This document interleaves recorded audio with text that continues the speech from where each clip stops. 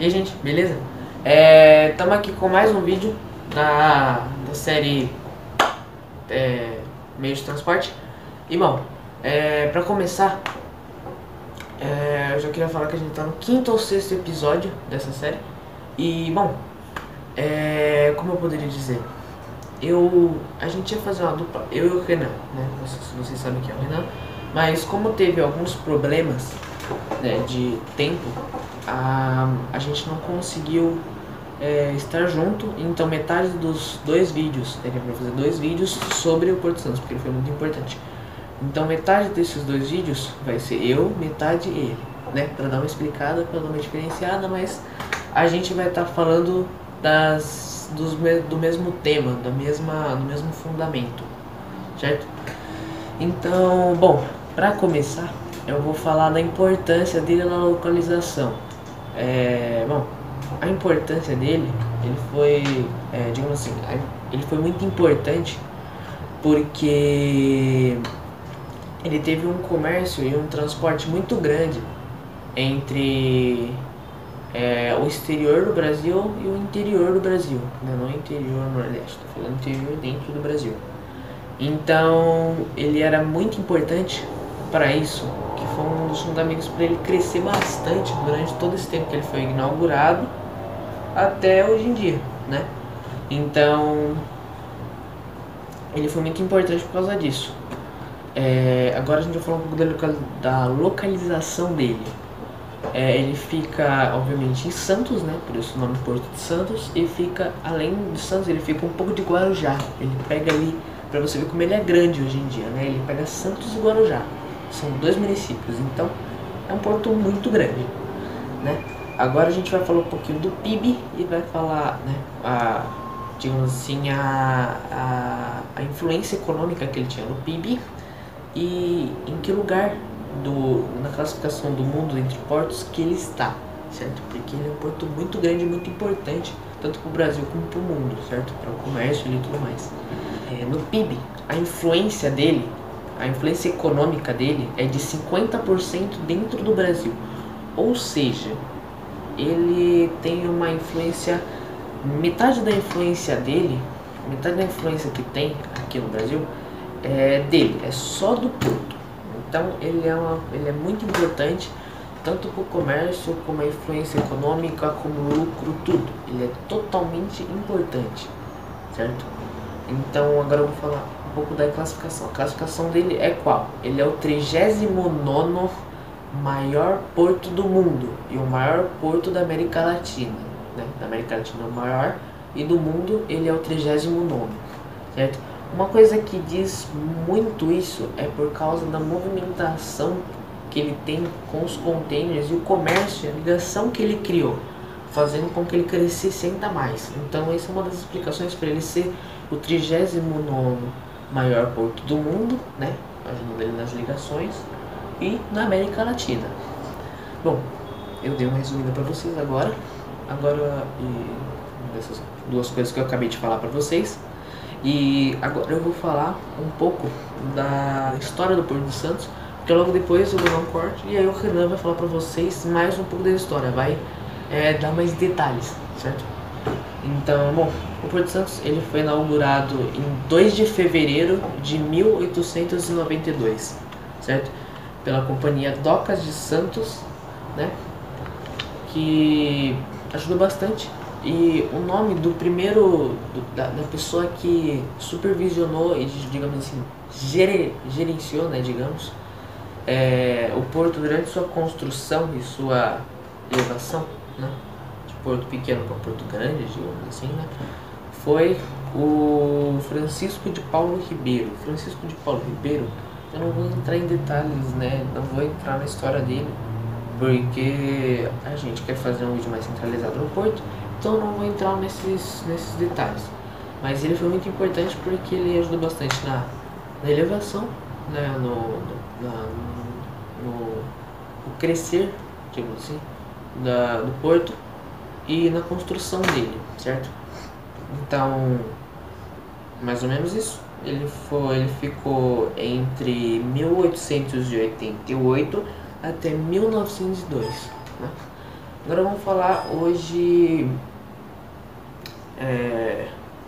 como é hoje ele é o maior porto da América Latina. Vamos dizer em 2006, que foi, a gente está em 2018, então foi há exatamente 12 anos atrás.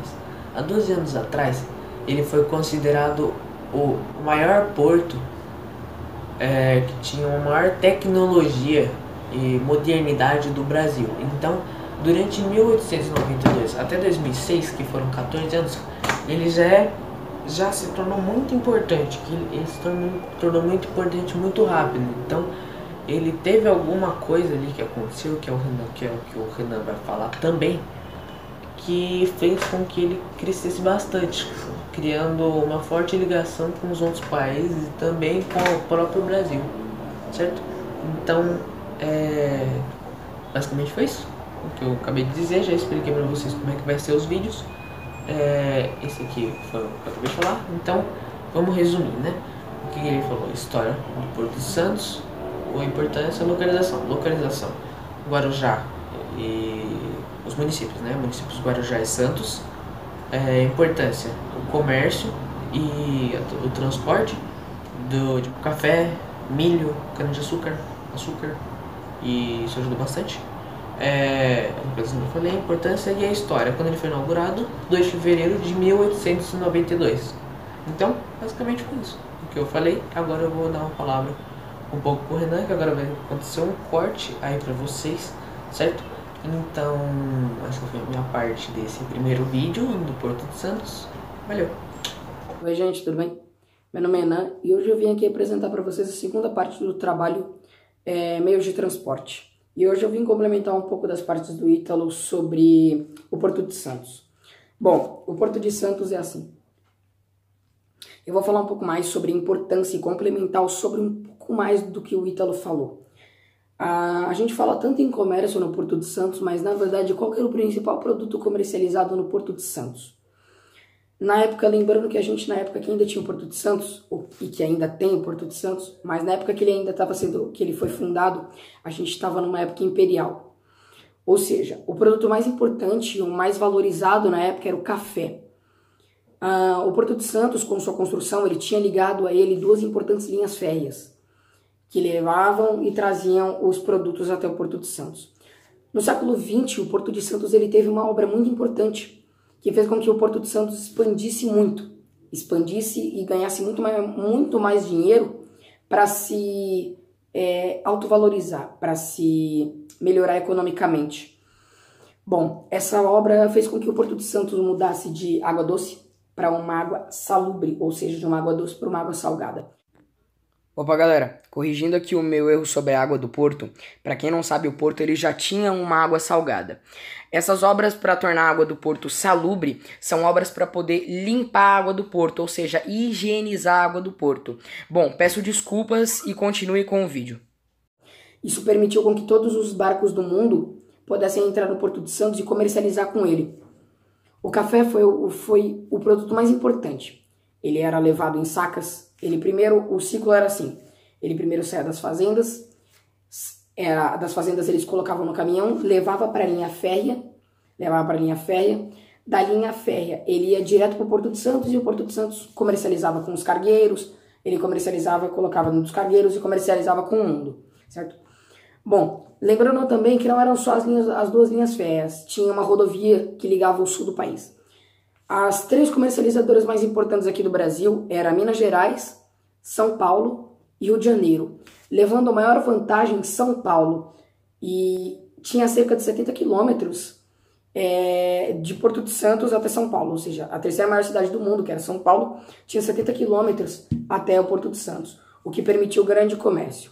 Bom, hoje no Porto de Santos a gente tem uma grande evolução e vemos que os cargueiros, né, que são os que levam, o produto é bem melhor tratado, ou seja, o produto ele é todo preparado, uma ambientalização dentro do container, uma temperatura exata, uma posição certa para que o produto chegue na melhor qualidade possível. Lembrando que hoje o Porto de Santos não só transporta café, quanto também transporta, em maioria, frutas, automóveis, etc. Ou seja, ele virou um porto internacional, não é à toa que ele é o 39º maior porto do mundo e é reconhecido pela maioria de todas as pessoas. Então, gente, é mais ou menos isso que eu queria falar para vocês sobre o Porto de Santos. Só lembrando que o Porto de Santos, o seu produto mais importante era o café, porque a gente ainda estava na época imperial e era o produto que mais rendia na época. Bom, gente, é isso. Eu espero que vocês tenham gostado. Muito obrigado aí e dá like, beleza? Valeu, falou! Ok, gente, beleza? Estamos aqui com mais um vídeo do tema meio de transporte e hoje a gente vai falar um pouquinho dos navios que passavam ali pelo porto. E no vídeo anterior a gente falou, só para dar uma relembrada, a gente falou da localização, a importância e a história do Porto de Santos. Então, como disse no último vídeo, a gente vai ter duas partes do vídeo. Vai ter a parte do Renan, a parte minha. A parte do Renan vai ser falando um pouco mais dos cargueiros, detalhando um pouco mais. A minha parte vai ser a parte dos navios menores, que tinham menos frequência no porto. Então, primeiro vai ter a minha parte, depois a parte dele. Falando um pouquinho da minha parte, existem três tipos de navios pequenos: os de lazer, esporte e os de apoio. Os de lazer, o que eles fizeram? Eles eram cruzeiros que tinham tanto como... que existia uma diferença entre as longas viagens e as pequenas viagens. E nas longas viagens, quando eles faziam paradas no porto, eles demoravam mais, porque eles tinham que reabastecer os navios, porque eles exigiam um pouco mais de coisas, porque eram mais pessoas que ficavam dentro dele. Agora os navios menores tinham menos pessoas, portanto tendo menos tempo no porto, porque exigiam menos mantimentos e equipamentos.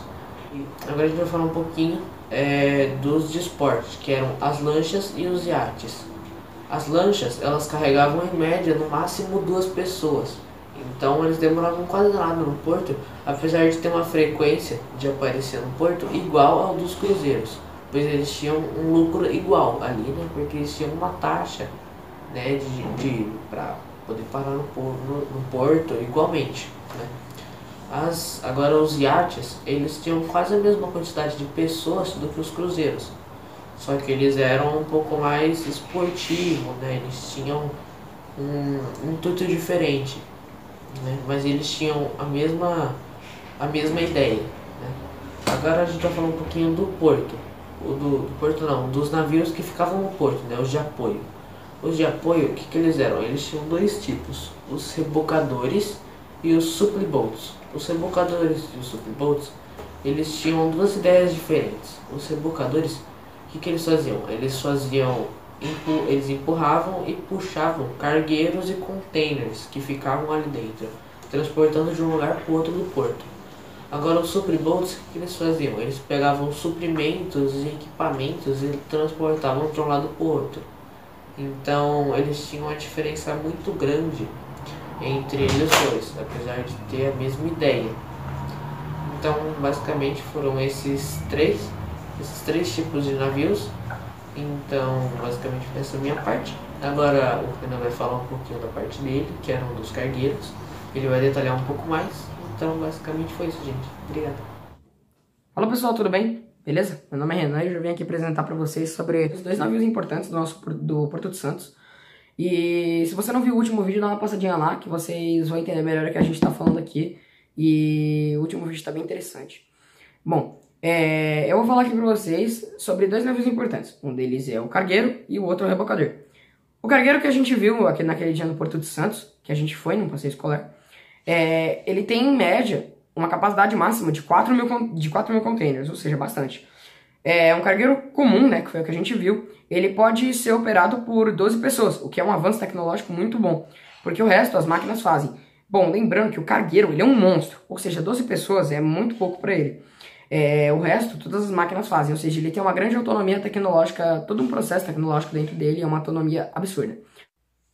Bom, gente, para quem não sabe, esse navio aqui é um cargueiro.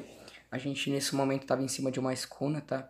E vocês vão se perguntar o que esses barcos estão fazendo do lado dele. Tem alguns barcos que vocês vão ver ao lado dele.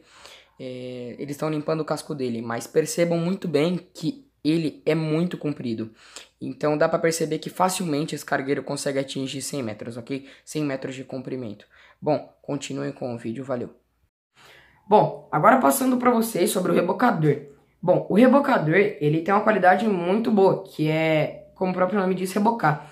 A função dele é, bom, quando o cargueiro ele para na linha limite que ele tem lá no porto, o rebocador chega até ele encaixa no cargueiro, né?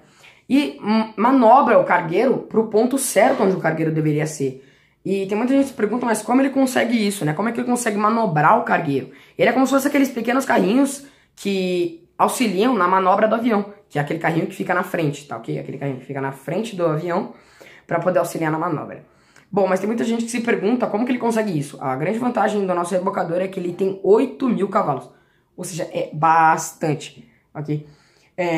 Então, assim, ele vai sempre estar auxiliando ali os nossos cargueiros e os nossos outros grandes navios a poder conseguir manobrar.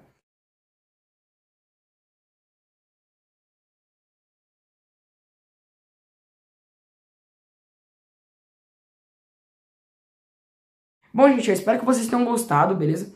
Deixa o likezão aí, tá? E qualquer coisa que a gente tenha errado, ou que a gente falou alguma coisa errada, vai lá nos comentários e avisa a gente do que a gente falou errado para que a gente possa fazer um vídeo corrigindo do que a gente falou, beleza? Bom, obrigado aí pra quem assistiu até aqui. Valeu, falou, é nóis.